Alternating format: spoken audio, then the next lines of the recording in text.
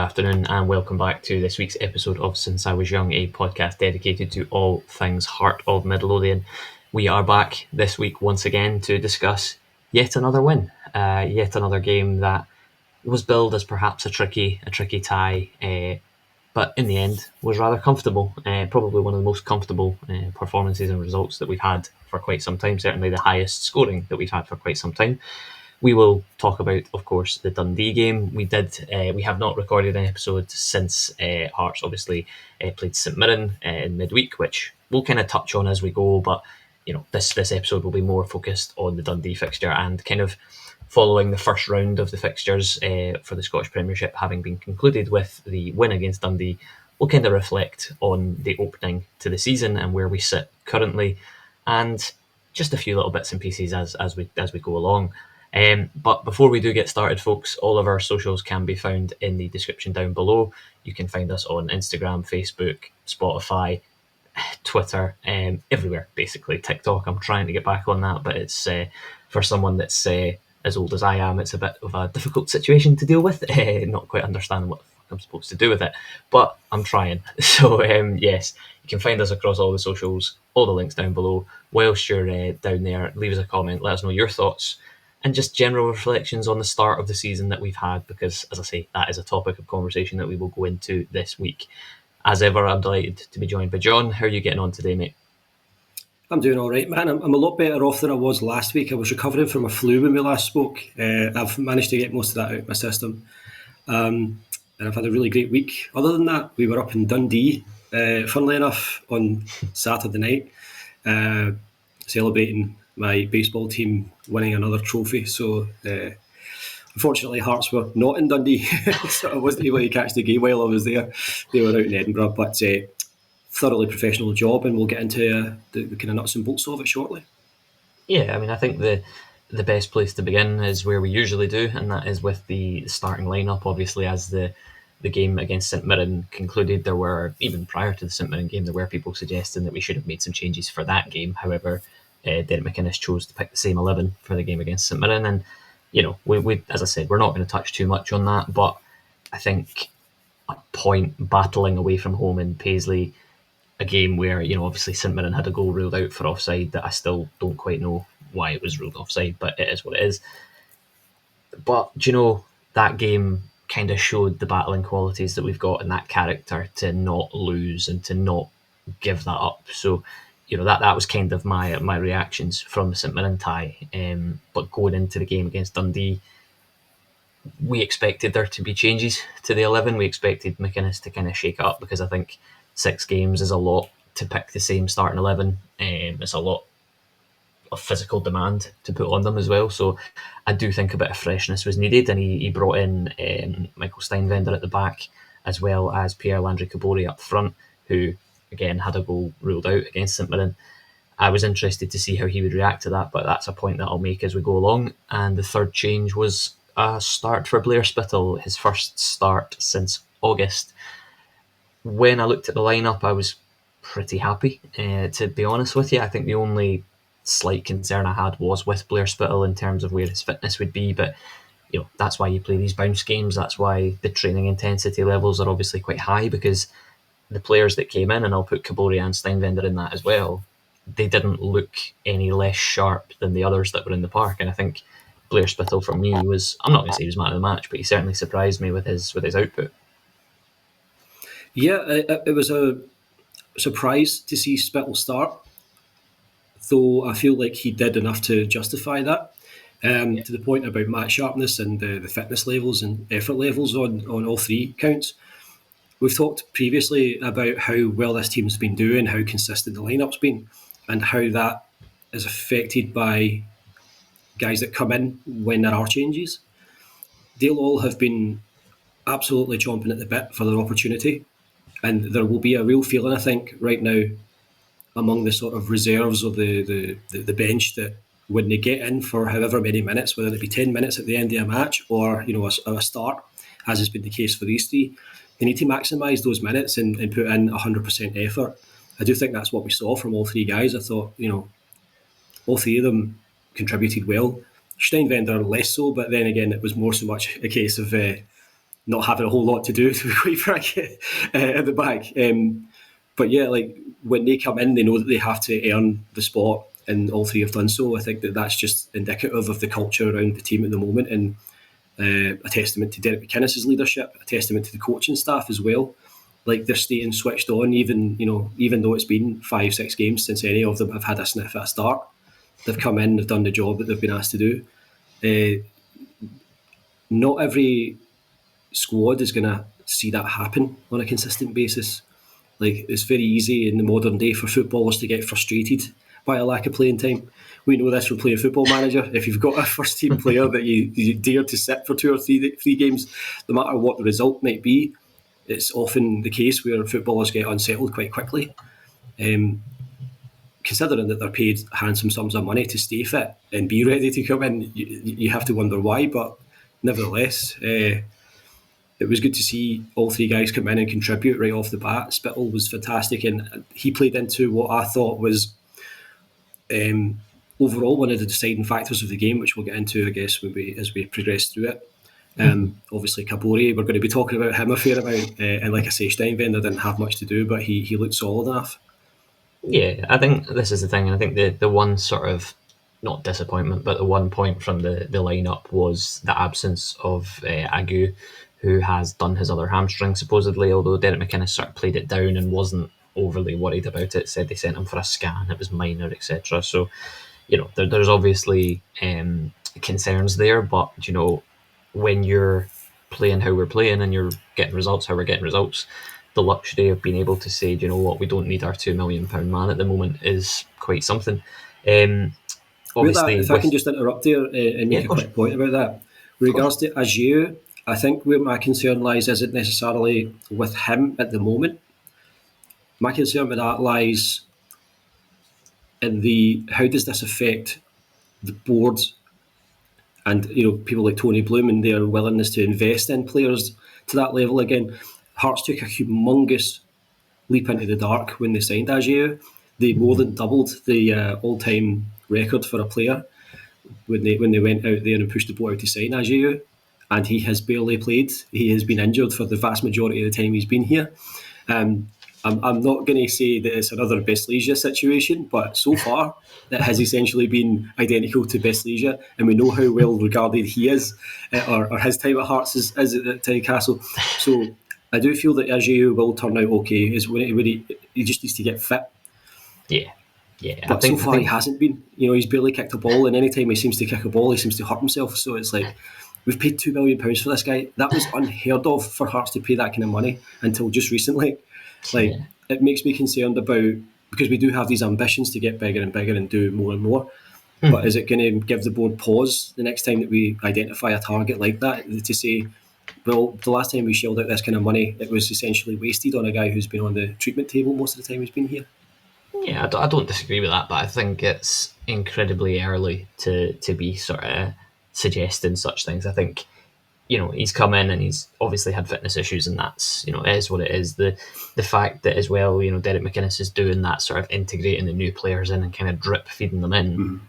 I think Agiu would have had more minutes had it not been for the injuries. It's not, it's not that he's sitting on the sidelines with nothing else to do. Like he's getting there, and from what McInnes was sort of saying about him, he's champing at the bit to get in and get playing. So there's that way of looking at it and saying, well, when he does get in, he's going to want to make up for lost time. And I mean, he looks promising. It's more frustrating from a fan point of view because you want to see this guy play. In the same way as sort of Kabori. I mean, when Kabori was signed, he was kind of hailed as one of the sort of cream of the crop signings that we'd made in the summer. Like, he had the delay with his work permit and everything that took that long to get him in the door, and then he's had to wait for the opportunity to come in and show what he can do. But I remember during the summer recruitment drive, there was lots of accounts on Twitter and other socials do exist, that are sort of very kind of stat focused and very like scouting based, and I follow quite a lot of them because I'm into that, because I'm a bit of a geek when it comes to scouting, as John will be testament to in my Football Manager random late night screenshots of a random I found from Alan is not just Alan. You don't just scout for yourself. You're my scout as well. You'll be like, oh, let's pick this guy up, and I'll be like, right, I'm going to go grab him. But they all kind of highlighted Kabori as a player that could come in and do very well, once he finds his feet and settles in. And I think to kind of just jump into the game itself, he looked a handful. He put himself about. He did what you would want a forward to do. I think the not concern that I had, but when I saw that he'd come in for Braga, we know what Braga's about. He's that little terrier that, that little Labrador that will follow you around and will chase you down and get the ball off you at every opportunity. Kabori is a different profile, so I wasn't sure how the Shankland and Kabori partnership would be. I don't know if it was much of a partnership, if I'm honest, in terms of the way the game played out, but obviously that's down to the fact that they've not had as many competitive minutes together as Braga and Shankland have. There's obviously, connections to develop there and relationships to develop there, but the early stages of the game, it wasn't a classic. I think Dundee were defensive because, that's what they would set up to do. And I think it was Derek McInnes that said, at the start of the game, I'm sure after half an hour they would have bit your hand off for a 0-0. So that you could understand considering our form and theirs. They've not been great this season. They've had a couple of very good standout results. Obviously, the win against Celtic being the highlight. But I was never really overly concerned about Dundee and the way that they approached the game. It was more a case of, in that sort of first 25 minutes to half an hour, it was us kind of feeling our way into it and trying to get things moving, which took a bit of time. But the first goal came from Shankland. The build-up to it was pretty good, I have to say. Harry Milne sort of cutting in. It was Blair Spittle that started that move off. We spoke about him at the start. Started the move off, fed it to Harry Milne, who just strided forward. He was obviously back at left back and played the ball into Shankland. And it was similar to that goal that he scored a few weeks ago when he just hit it in anger and just put it away. But I think there was less anger in this one, but a bit more just pinpoint controlled accuracy. Yes, and off his weaker foot as well, off his weaker left foot. Just very nicely placed, in off the post, bottom corner. Brought what had been a slightly dull affair up to that point to life a bit. Like you say, I don't feel like Dundee offered all that much. They were certainly set up to defend, first and foremost, which, like you say, based on how we've played so far this year, based on how they've played for the most part, they were setting up to try and get a point, at most a smash and grab.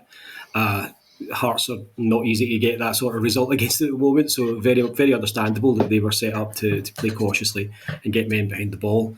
But even on the ball, they did look anxious, and they looked overall quite lethargic pretty much throughout the game. Hearts certainly, I think, added to that, and Shankland's goal started that off. Fantastic move by Spittle into Milne, and then Milne does so well at that move, that cut in from the wide area, sets up a nice opportunity for Shankland. He places it really well from distance with his weaker foot.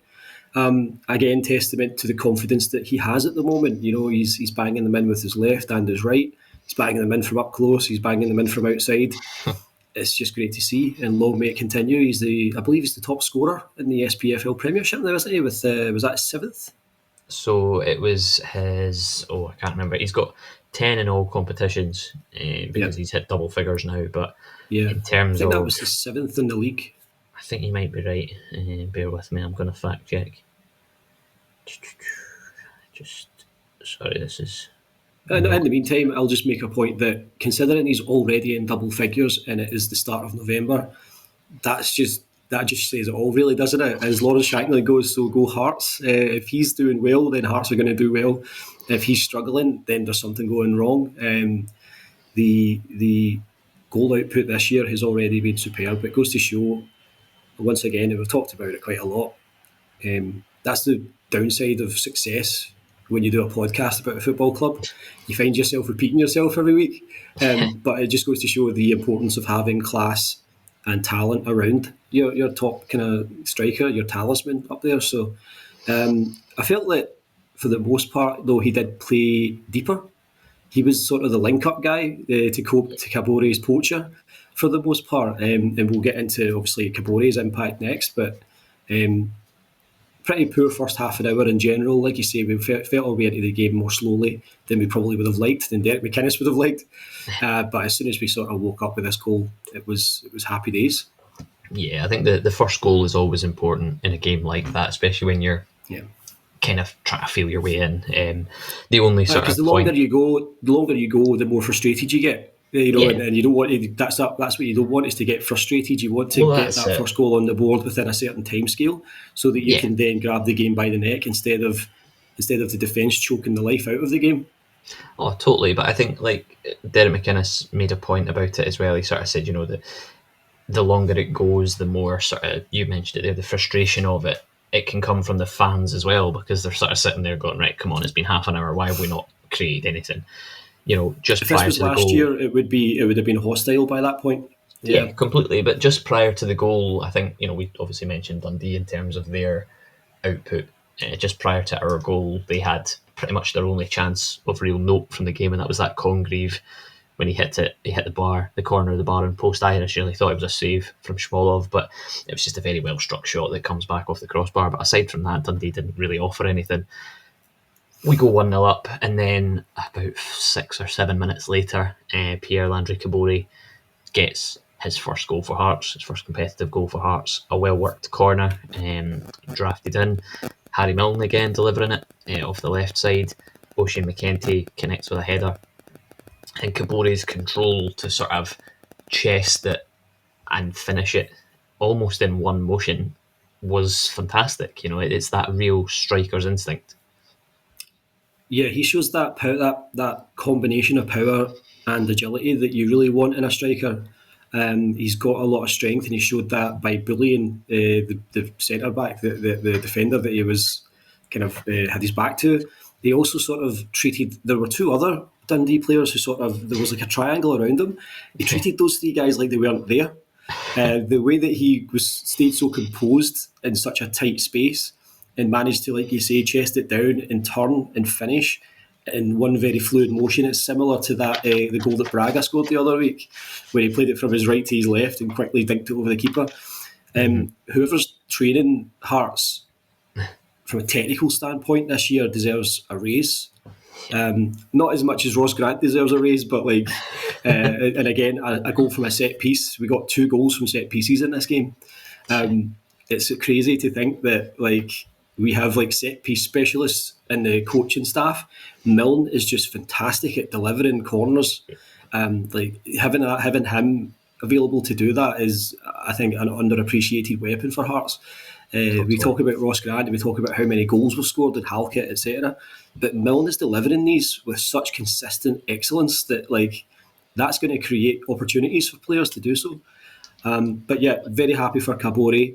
I think he's had a bit of a frustrating start at Hearts. He had his work permit issues. He's done so well in bounce games, but he hasn't had his opportunity yet. He grabbed his opportunity and he ran with it. Fantastic start as well from a Hearts standpoint in the first half. 2-0 up before half time. That makes it, and I know that you're not fond of a 2-0 scoreline at half time, but I think that having that extra goal showed Hearts that, yeah, we have control of this game and we have the ability to go on and score even more. And like, Dundee didn't really offer much of a threat. It was just the same old story, really. Yeah, but I think, like, that's the thing, and the sort of the last point I wanted to make about Kabori was the celebration. Obviously, he does his little knee slide and then runs and gives Derek McInnes a big cuddle, and I just, it just felt nice. I was like, this guy, like, we've plucked Kabori from the Estonian leagues and given him a platform to do something, and that's, he's embracing that and he's loving it, and you can see that. But I'm sure in the back of his mind there would have been some element of frustration in terms of, like, I know the players in front of me are scoring and doing well, but, like, I want to play, like, I'm eager to get in and do something. So I'm sure Derek McInnes has had to manage that, and kind of, he's played him in the bounce games, he's given him sort of substitute appearances, but there's never really been that kind of, like, you're my guy, I trust you, you're my player to, make the difference. And I think starting him against Dundee sort of put that bit of faith in him from McInnes, and kind of said, look, especially off the back of the goal he scored against St Mirren being ruled out, I wondered how Kabori's like mentality would be heading into this game. Is he going to be frustrated at the fact he scored against him and it didn't count, and obviously we didn't end up getting 3 points off the back of that? Or is he going to come into this game and think, right, I've got one goal, granted it wasn't a goal, like it didn't count, but I've opened my account, so there's not that pressure. But I was really, really impressed with Kabori throughout the game, to be honest with you. And I thought as I say, the celebration with Derek McInnes was a big positive. Half time, like you say, 2-0 up.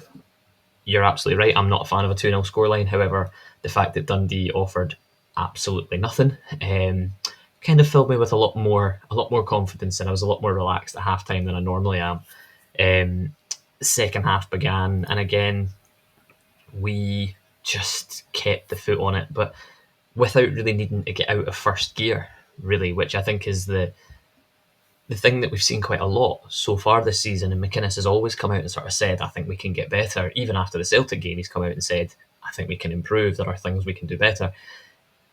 That second half was as comfortable a half of football I think I've ever seen. And I mean, we didn't have to wait long for the third goal. It was, again, Blair Spittle involved. It was a nice passing move. Up to that point, I think it was Devlin and Shanklin that sort of interchanged between themselves, and then the ball came to Blair Spittle. And when he hit it, it's a brilliant save from the Dundee goalkeeper, McCracken. But Kabori, just, again, you mentioned it, showing that striker's instinct to be in the right place, and it's an empty net to put it away. Yeah, a fantastic passing move in the build-up to that. It goes Devlin to Shanklin to Kazaridis, and then a nice ball into Spittle, who hits it first time, a nice curled shot, fantastic save by McCracken. The Dundee defence, though, again, looked absolutely hapless. Kabori showed really great reflex and instinct, like you say, to jump on that. But something we've seen from multiple Hearts players already this year is that instinct, that reflex, the poacher's instinct is just jump on any rebounds. It's the John Robertson special, and it can win you games. It can earn you so many points if you've got guys who don't throw the hands up or put the head down once a nice save is made. As soon as you see that ball break loose in the area, jump on it, try and get a second attempt at it. The Dundee defence was I don't know what they're doing there, but like it's not great. From a defensive standpoint, if that happens to Hearts, like, you would be fuming. Like, that somebody needs to be getting on that. After a save like that, that's just going to destroy the goalkeeper's confidence. He goes from the high of making a wonderful save to, fuck's sake, lads, do I need to do it all? Like, a goalkeeper's your last line of defence. That's why you call him that for a reason. It's completely unacceptable from a Dundee standpoint defensively that he's been left that wide open again, because like it was the same on the corner for the second goal. Like I say, 3 players around Kabori and none of them were able to do a thing about it. In such a tight space. It's strange coming from a team that are managed by a defender to be as weak as they are. That's another aspect of it. It's obviously like a top defender in his day as well. A guy who was a captain and a top defender. Consistently our best centre back for a number of years. He's got to be absolutely beating about this. Like, the way that they have defended in that game it's just not on. Well, he made a point after the game where he kind of spoke about the defence, and he said, the goals that we've conceded are criminal, because I'm sure he said something along the lines of they've worked a lot on defending from set pieces and they've been good at defending from corners. I think he said they haven't conceded a goal from a corner so far this season, but I might be misremembering, but it was something along the lines of that. So it just shows how effective our set piece delivery is and how effective the plan is to score from them. But the game, after the third goal went in, I'm not going to say it died again, but it sort of had a little bit of kind of, right, we can take the foot off the gas now and just sort of plod along for a bit. Simon Murray scored an offside goal, which we won't say much more on because it was offside by quite some distance. And then I wanted to actually make a quick point about the Simon Murray offside.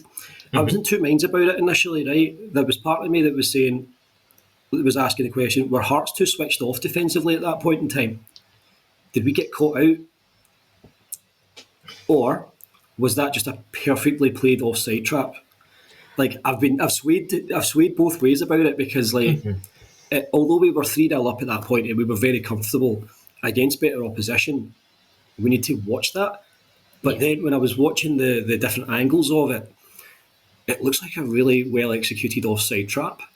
You know, we were playing quite, our defence was playing very high up the park, but we had him in a position where I don't remember if it was Steinwender who just kind of breaks forward right as the ball is played, and that was what caused him to be offside. And so I went from like, fuck's sake, guys, although you're lucky that he's offside, you know, like it actually in second viewing looked like a really well executed trap. What were your thoughts on that, Alan?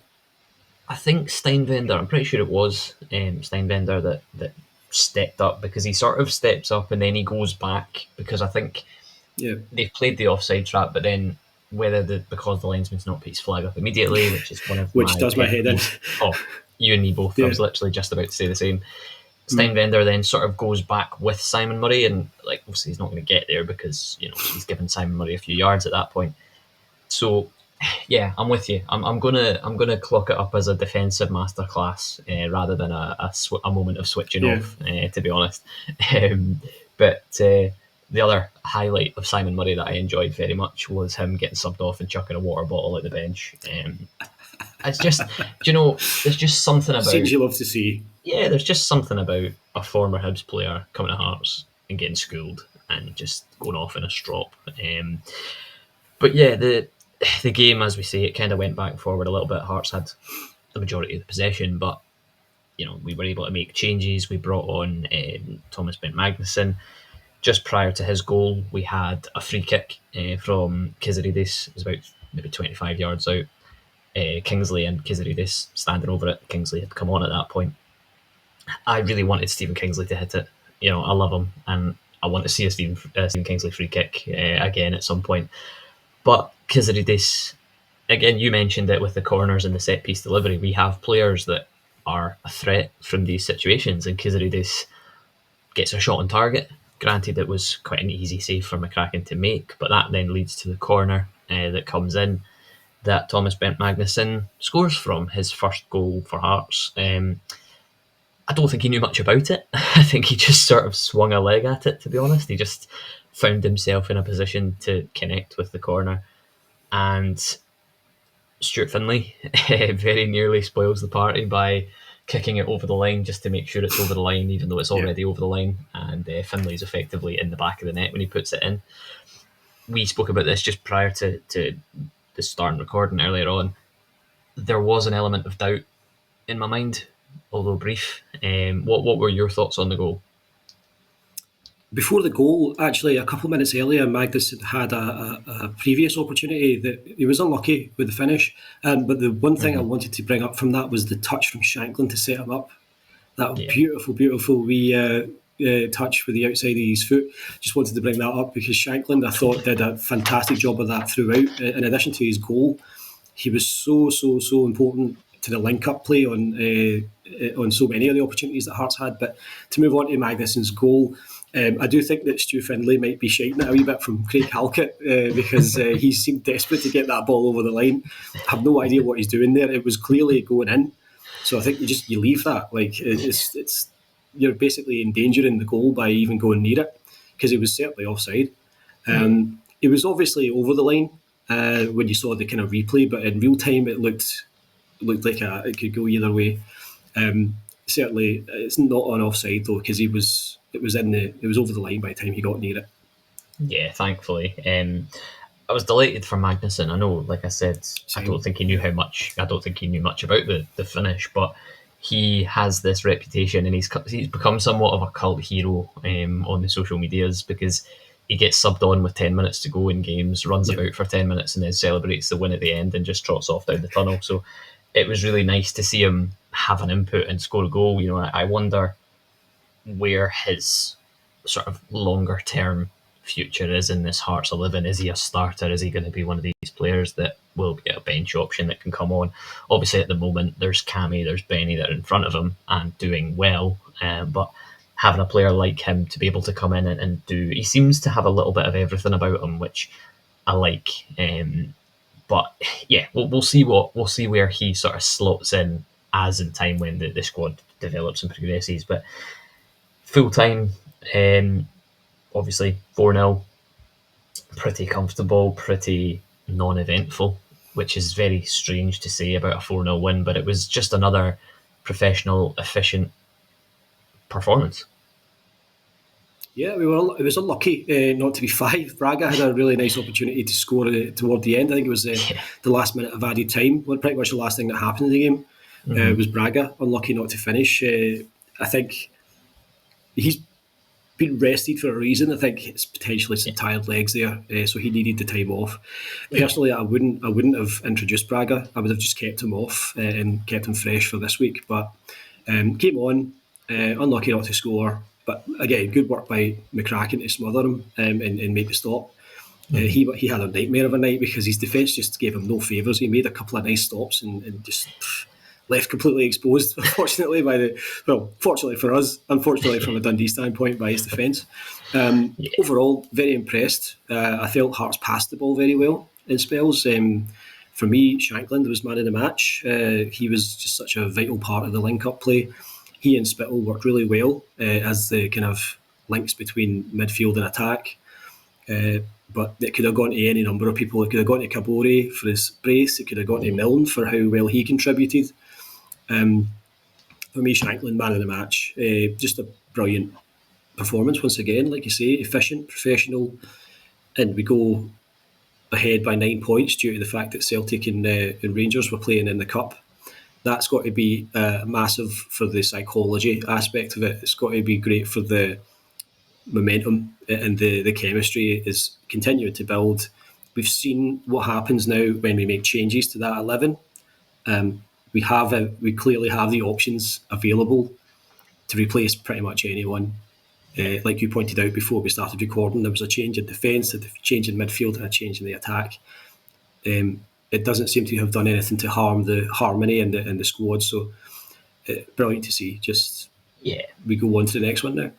Yeah, I think that's kind of the point as well. Like, I think a lot of media have kind of picked up how well we're doing, and obviously it's starting to generate those headlines of, could Hearts be a side that finally break that monopoly of Scottish football? And obviously, I mean, it's still early, but with full time against Dundee, that brought a close to the first third of the season. I feel very positive. It's very hard not to. 29 points from a possible 33 on offer. 9 points ahead, as you say, at the moment, which is obviously a big positive. We've spoken about it previously about whether you'd want to be the chaser or setting the pace, and I think there's obviously benefits to both of those things, but like you say, with Celtic not being involved due to playing in the semi-final, it gave us a chance to put points on the board, because you want to have the points on the board, you don't want to be chasing after it. So that's the positive for me. Obviously, as I said there, that is the first third of the season behind us. I know we've kind of spoken a lot and we've kind of made a lot of points about the professional element of the squad and the efficiency, etc. What are your general impressions of that first 11 games of the season? Like, what stood out for you as like a main talking point? The key thing that stands out for me is the 0 that we still have in the loss column, mate. We have not been beaten in the league this year. The longer that continues, the better our season is going to turn out. You know, we are currently 9 points ahead. It does slightly do my head in that people keep saying that we're 9 points clear. We're not. We're 6 points clear because Celtic have a game in hand, but we are 9 points ahead. Being in first place means that our destiny is in our own hands. If we continue to put points on the board and we continue to get the job done, whether it be winning matches or managing to find a point when things get difficult, that's going to lead to good things. If we were in the flip side of that, we would then be relying on Celtic making mistakes or dropping points, and Celtic are never guaranteed to do that. We saw at the weekend how good they actually are. Like they've won the last two, quite. The first one convincingly, and in the semi-final, they went to extra time, sure, but they beat a Rangers side that were starting to get a bit more confidence back since Danny Rule came along. They are always capable of going on a 20-game unbeaten run. Celtic, like there's never any guarantee that they're just not going to, rattle off win after win after win. So being ahead of them instead of behind them is vitally important at this point. Yeah, totally. Because if Celtic are to catch us, they need to get the job done, but they also need us to mess up. All we have to do at this in this position is keep doing our thing, keep playing our game, and keep putting performances and results on the board. So it's definitely ideal to be in that position. The variety of attacking threats that we have is another thing that really stands out for me. We have strength up front, we have strength out wide, we have people in defence that are contributing on set pieces, which again is another vital aspect of this team, is the set pieces. We have so many threats from so many places, and we have, as is proven by the result of the weekend, depth in the squad as well that we haven't seen. We just have all those pieces in place that we need to put something together and really do something special this year. The question now becomes, with the winter schedule, can we sustain it? Can we sustain injuries to vital players? Can we sustain suspensions to vital players? Can the defence continue to improve? And when guys get in, are they all going to have the same impact that Spittle and Steinwender and Kabori especially had when they came in? Like, not everyone is necessarily guaranteed to come in and score a brace in their first game in from the start. Nice. But the mentality of this team under Derek McInnes it shows quite well. 9 wins, 2 draws from the first 11. We dropped points in midweek in a game that was frustrating at times. We kind of expected it to be. St Mirren is not an easy team to go and play against out there in Paisley. The response to that was a 4-0 win at home to Dundee. How they responded to dropping points is going to be important, and I've said that all season. How do we respond to dropping points, to having injuries, to having this and that? So far, so good. Yeah, I think it's funny. I had quite a few little notes down, and you've again successfully managed to rattle them all off without actually having seen them. You need to go first next time, Alan. It's all right. It makes this bit quite easy for me. The point that I wanted to sort of make as well, you kind of touched on it, is that 9 wins, 5 clean sheets as well in that, which is not to be sniffed at. The 2 games that we've dropped points in against Motherwell and St Mirren, we had to come from behind to get those points, and that shows that character that you mentioned there as well. We've conceded 9 goals across those games, scored 28, which is the same amount as both Celtic and Rangers combined, which I still find just hilarious. It's everything is looking rosy at the moment, and like I've said before, I'm trying my very best not to get carried away, but as the weeks go on and things line up, it does become harder too. And I know there will be fans of a certain generation older than ourselves that will say, we've seen this stance before, we it's not done until it's done, and I get that, and I'm not for 1 minute suggesting it's done already, because it absolutely isn't. The season has many twists and turns to come, but you spoke about the winter schedule there.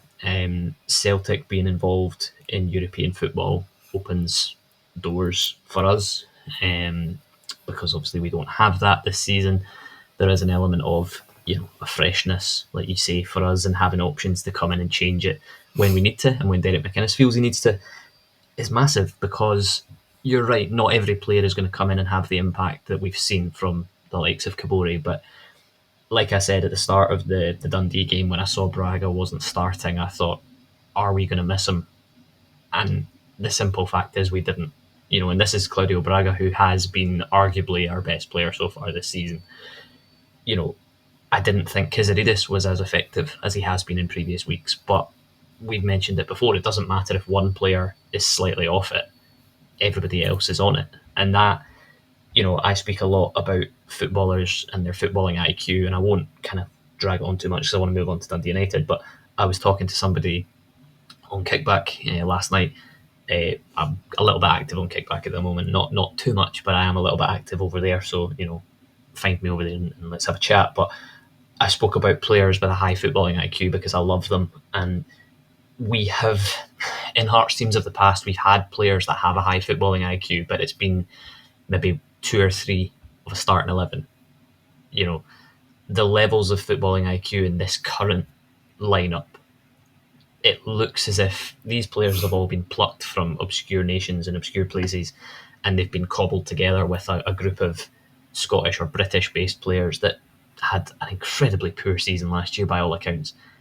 But they've all just come in and moulded together, and it's almost, you mentioned it, I don't know if it was last week or the week prior, but that telepathic understanding between players and the partnerships, and it's massive to see, and we've not had that for quite some time.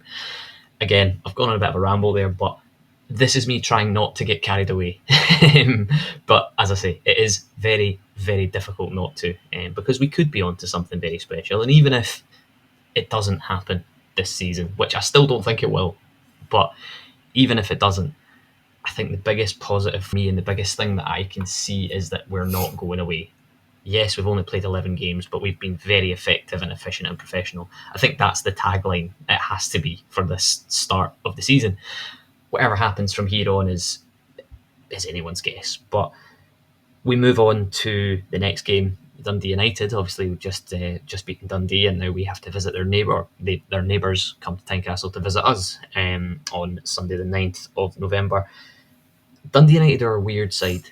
I think they started the season quite well. I was intrigued about the players that they brought in, because they themselves had quite a heavy recruitment drive in the summer. They look a big physical side now, which they didn't really have that element previously, which is obviously by design. Goodwin's obviously went out and brought a certain profile of player in. They started the season quite well, but they've kind of plateaued and maybe taken a wee step back over the last few weeks. It may be obviously due to the fact that the league is as tight as it is, kind of below us and Celtic, but obviously the last time we played them, we won rather. We didn't lose. Sorry, that's a lie. I forgot what a loss feels like. We won 3-2 at Tannadice with a Stuart Finlay 94th minute winner, which again just shows that mentality I'd spoken about before. I am confident because it's Tynecastle. I'm confident because we're on a roll at the moment. I'm confident in whoever Derek McInnes puts in the starting 11 because of the reasons we've spoken about. I'm not going to ramble on too much about it. I think it's a win. Dundee United's form away from home so far this season, they've played 5, they've won 1, they've drawn 3 and lost only 1. So, it'll be interesting to see what Dundee United turns up at Tynecastle, but I think if we turn up and play how we can, I'm not going to say it's going to be another 4-0 victory, but we could score a couple. I'm with you there, mate. I'm very optimistic about this weekend. I think the changes that were made this past weekend and how effective they turned out to be have assuaged a lot of concern from me about the depth of this team. We have any number of combinations of 11 that Derek McInnes can rely on. And with a packed Tynecastle and all the optimism that's going on, I think that we will ride that to a convincing win. I'm going to predict very optimistically, I accept a 3-0 Hearts win. Well, do you know what, John? You're not going to believe it. I had written down 3-0 as well. So we're going to go for a 3-0 win. I'm going to try and guess your pin number next. Let's not say that on here. To be honest, there's nothing in it anyway. But yeah, the positive signs and the positive vibes just continue to roll on, and hopefully they will do, as I say, as Dundee United visit on Sunday. Is there anything else you wanted to touch on before we wrap up this week's show, John? Just very quickly, you had touched on it, but the fact that Hearts went out of the Premier Sports Cup so early, I think actually could prove to be a blessing in disguise, because it means that we do get that opportunity to focus on the one goal at the moment. Obviously, come January, that's going to split into the 2. We do still have the Scottish Cup to come, so I think it's very important that we try and get as many points on the board before the new year as possible. And I think that not having the Premier Sports Cup to worry about is actually a blessing in disguise in that way. This past weekend, Celtic and Rangers played 120 minutes. That's a lot of tired legs coming out of that. Both those teams are in very frustrating situations at the moment. Celtic with their striker issues and their issues with the board. Rangers with, everything, really. So it's good for us to be able to just focus on the league. I just wanted to quickly touch on that. And Shankland has been called up by Scotland. Finally, by God, finally.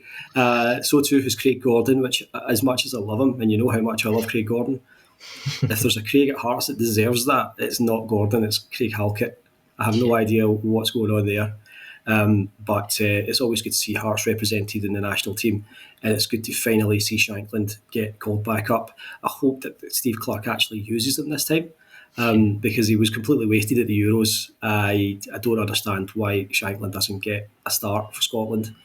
He's the best striker by and large in Scotland at the moment, so get him played, but don't play him too hard because I don't want him getting injured. Now that I think about it, we should just withdraw him from the Scotland national setup and just focus on the league.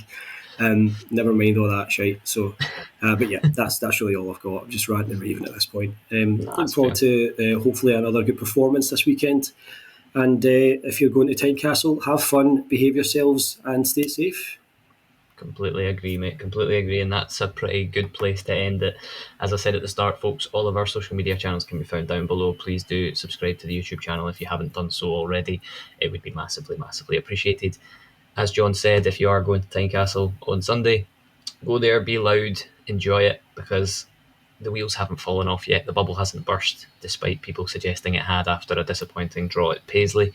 But the bubble keeps going, the wheels are turning still, and we're still going. And like I say, we're not going away.